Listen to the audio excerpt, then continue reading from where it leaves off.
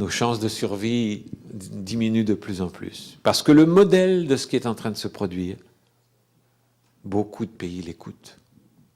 Et beaucoup de générations l'écoutent. Et le reproduisent. Pourquoi ? Parce que plein de pays, l'Inde, le Pakistan, la Chine, regardent, écoutent. Il n'y a plus de Gandhi. Il y a des gens qui envoient les tanks. Et les autres disent, ben ici, ils font ça, on va faire pareil. Il manque un modèle planétaire, un modèle qui dit, non, on désarme. Vous nous attaquez, on enlève les gardes-frontières, attaquez-nous plus. Ah, ça semble fou, c'est Gandhi. Tuez-nous. Ça sera un problème entre vous et votre conscience, mais on ne se défendra pas. Ça semble fou, ça semble complètement malade dans la logique actuelle, ce que je dis là. Et ça ne devrait pas. C'est le contraire qui est malade. Même vous qui êtes pacifiste, quand vous m'entendez ça, vous dites, enfin, il va un peu loin, Raël. C'est vous dire à quel point vous êtes contaminé par les médias. Si Gandhi arrivait aujourd'hui, on l'enverrait en Israël et en Palestine. Imaginez ce qu'il ferait. Il enverrait des tanks ? Non. Il enverrait des bombes ? Non. Il dirait, on s'assoit par terre. On arrête tout. Des deux côtés. L'amour et la non-violence. C'est la seule solution si on veut pouvoir continuer de vivre sur cette planète qui peut être merveilleuse. Bon, il y a encore une chance. Moi, j'y croirai jusqu'au bout. Et on va tous y croire ensemble et on va tous agir pour ça. Si ça ne marche pas, on aura fait le maximum. Vous vous rendez compte, chacun là, sur votre chaise, pendant que vous m'écoutez, si vous avez réagi en disant « ouais, mais il va un peu loin », vous êtes contaminé. Regardez-vous bien, c'est pas le sida. C'est le sida, S-I-D-H-A.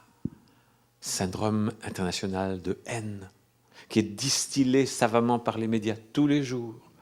Tous les jours, et vous y échappez pas. Et si vous vous dites, ouais, attends, mais enlevez les gardes-frontières et laissez-les rentrer pour venir en tuer plus, t'exagères, Raël, on a le droit de se défendre, c'est marqué dans les messages. Non, c'est pas ça qui est marqué. La non-violence est toujours supérieure à la violence. Si quelqu'un vient, physiquement vous attaquer, vous avez le droit de vous défendre, oui. Et de chercher à réduire l'autre à l'impuissance, surtout sans chercher à le tuer. Surtout sans chercher à le tuer. C'est vrai. Physiquement, pas pour un bout de terrain. Physiquement. Vous avez le droit de vous protéger, de protéger des agressions de votre voisin immédiat.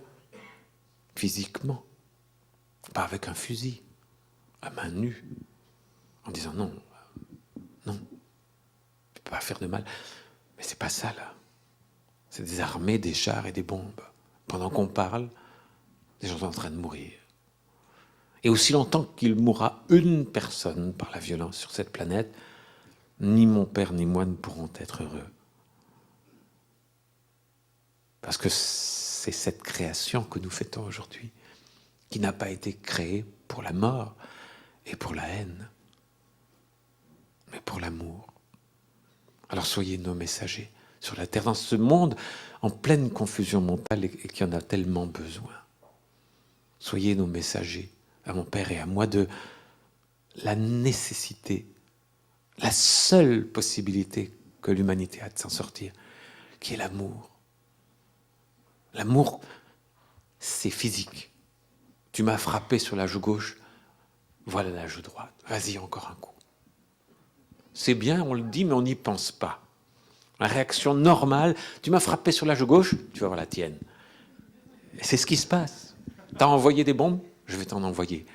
Et l'autre dit, ah, tu m'en as envoyé, je vais t'en envoyer. Ça n'arrêtera jamais. Jusqu'à ce qu'un d'entre eux, le plus conscient, dise, tu m'as envoyé une bombe, là, il y a eu beaucoup de morts. Envoie-en une autre. Et on ne t'arrêtera pas. Et imaginez un peu ça, là. Et si vous dites, c'est fou, vous êtes vraiment contaminé. Alors décontaminez-vous. Et la seule façon que vous avez de vous décontaminer, c'est de relire les messages, de croire en l'avenir de l'humanité malgré tout, de revenir à l'essence du modèle qui doit être le nôtre, d'amour, de non-violence,